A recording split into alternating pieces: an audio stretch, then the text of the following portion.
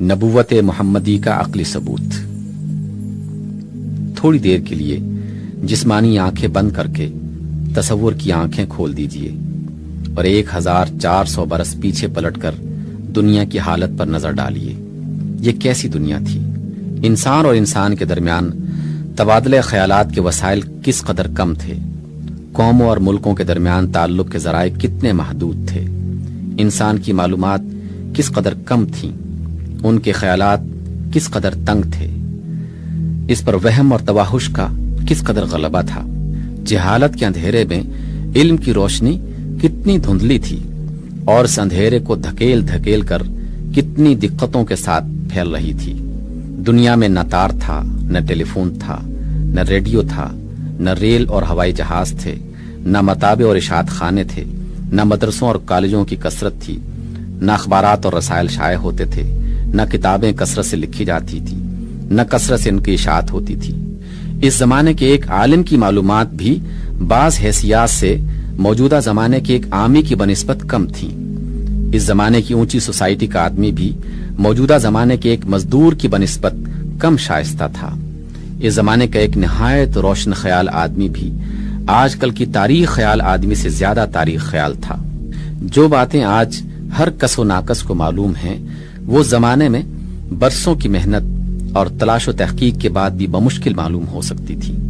جو معلومات آج روشنی کی طرح فضا میں پھیلی ہوئی ہیں اور ہر بچے کو ہوش سنبھالتے ہی حاصل ہو جاتی ہیں، ان کے لیے اس زمانے میں سینکڑوں میل کے سفر کیے جاتے تھے اور عمریں ان کی جستجو میں بیت جاتی تھی۔ جن باتوں کو آج اوہام و خرافات سمجھا جاتا ہے، وہ اس زمانے کے حقائق تھے۔ جن افعال کو آج ناشائستہ اور وحشیانہ کہا جاتا ہے، وہ اس زمانے کے عام معمولات تھے۔ جن طریقوں سے آج انسان کا ضمیر نفرت کرتا ہے، وہ زمانے کے اخلاقیات میں نہ صرف جائز تھے، بلکہ کوئی شخص یہ خیال بھی نہیں کر سکتا تھا کہ ان کے خلاف بھی کوئی طریقہ ہو سکتا ہے۔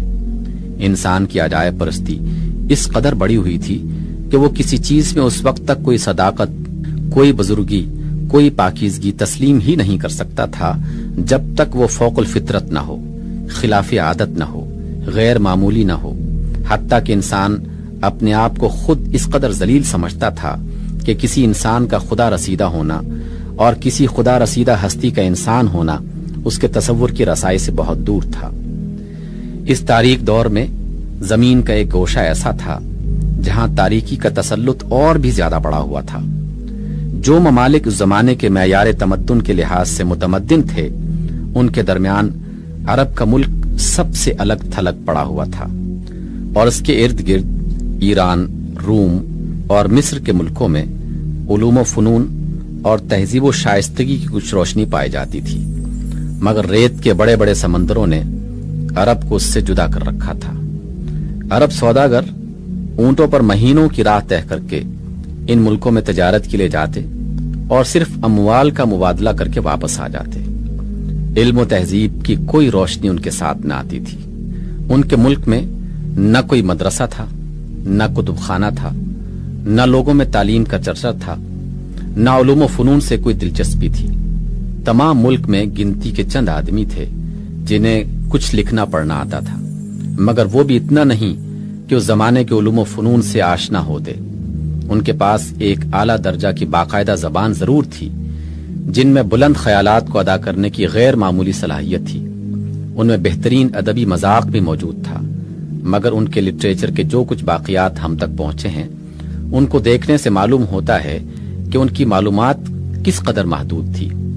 تہذیب و تمدن میں ان کا درجہ کس قدر پست تھا، ان پر اوہام کا کس قدر غلبہ تھا، ان کے خیالات اور ان کی عادات میں کتنی جہالت اور وحشت تھی، ان کے اخلاقی تصورات کتنے بھدے تھے۔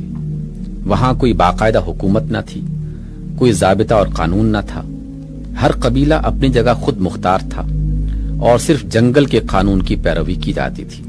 جس کا جس پر بس چلتا اسے مار ڈالتا اور اس کے مال پر قابض ہو جاتا۔ یہ بات ایک عرب بدوی کے فہم سے بالاتر تھی کہ جو شخص اس کے قبیلے کا نہیں، وہ اسے کیوں نہ مار ڈالے اور اس کے مال پر کیوں نہ متصرف ہو جائے۔ اخلاق اور تہذیب و شائستگی کے جو کچھ بھی تصورات ان لوگوں میں تھے، وہ نہایت ادنا اور سخت ناتراشیدہ تھے۔ پاک اور ناپاک، جائز اور ناجائز، شائستہ اور ناشائستہ کی تمیز سے وہ تقریباً ناآشنا تھے۔ ان کی زندگی نہایت گندی تھی، ان کے طریقے وحشیانہ تھے۔ زنا، جوا، شراب، چوری، رہزنی اور قتل و خون ریزی ان کی زندگی کے معمولات تھے۔ وہ ایک دوسرے کے سامنے بے تکلف برہنہ ہو جاتے۔ ان کی عورتیں تک ننگی ہو کر کعبہ کا طواف کرتی تھیں۔ وہ اپنی لڑکیوں کو اپنے ہاتھ سے زندہ دفن کر دیتے تھے، محض اس جاہلانہ خیال کی بنا پر کہ کوئی ان کا داماد نہ بنے۔ وہ اپنے باپوں کے مرنے کے بعد اپنی سوتیلی ماؤں سے نکاح کر لیتے۔ انہیں کھانے اور لباس اور طہارت کے معمولی آداب تک معلوم نہ تھے۔ مذہب کے باب میں وہ ان تمام جہالتوں اور ضلالتوں کے حصے دار تھے جس میں اس زمانے کی تمام دنیا مبتلا تھی۔ بت پرستی، ارواح پرستی، کواکب پرستی، غرض ایک خدا کی پرستش کے سوا اس وقت دنیا میں جتنی پرستیاں پائی جاتی تھیں وہ سب ان میں رائج تھیں۔ انبیاء قدیم اور ان کی تعلیمات کے متعلق کوئی صحیح علم ان کے پاس نہ تھا۔ وہ اتنا ضرور جانتے تھے کہ ابراہیم علیہ السلام اور اسماعیل علیہ السلام ان کے باپ ہیں، مگر یہ نہ جانتے تھے کہ ان دونوں باپ بیٹوں کا دین کیا تھا، وہ کس کی عبادت کرتے تھے۔ عاد اور سمود کے قصے بھی ان میں مشہور تھے، مگر ان کی جو روایتیں عرب کے مورخین نے نقل کی ہیں ان کو پڑھ جائیے، کہیں آپ کو صالح علیہ السلام اور ہود علیہ السلام کی تعلیمات کا نشان تک نہ ملے گا۔